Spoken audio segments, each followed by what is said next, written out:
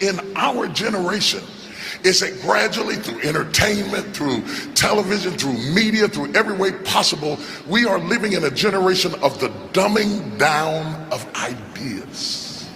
Because we have traded effectiveness for busyness. Statistics say, yeah, somebody ought to clap on that. We are busier than any other generation we have seen in the last 300 to 400 years. We are so busy. We are busier than a one-arm wallpaper hanger. We're just busy. You'll get it later. Don't worry about it. It'll hit you in a minute. We are just as busy as we can be, and we think because we're busy, we're effective.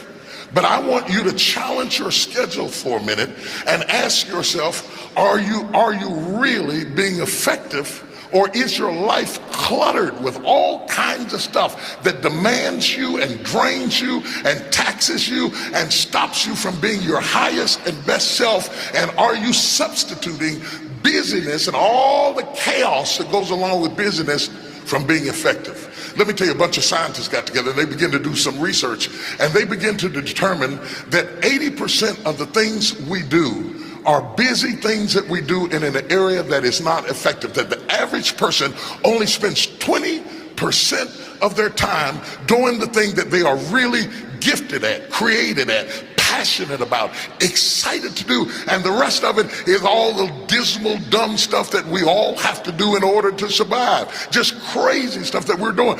Wonder what would happen if we would go from doing 80% of things that are busy but not effective and 20% of the things that are really effective if we would switch those numbers around and only give 20% of our time to the things that we have to do and 80% of our time to the thing that we were created to do.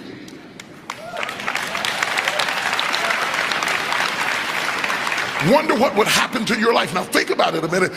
There's a lot of things you could take from me and I could make it. You could take my suit, I got another one. You could take my car, I could get another one. You could take my house, I could get another house.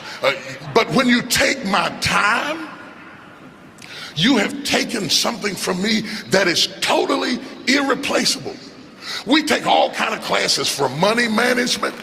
We know how to manage our money. We know how to repair our houses. We're working on our hair and our bodies and all of this kind of stuff. We do everything except the most important thing is to value our time. It takes time to be creative. You were meant to be creative. You were created in the likeness and the image of a creator. You have creativity. If you had time, you would be creative.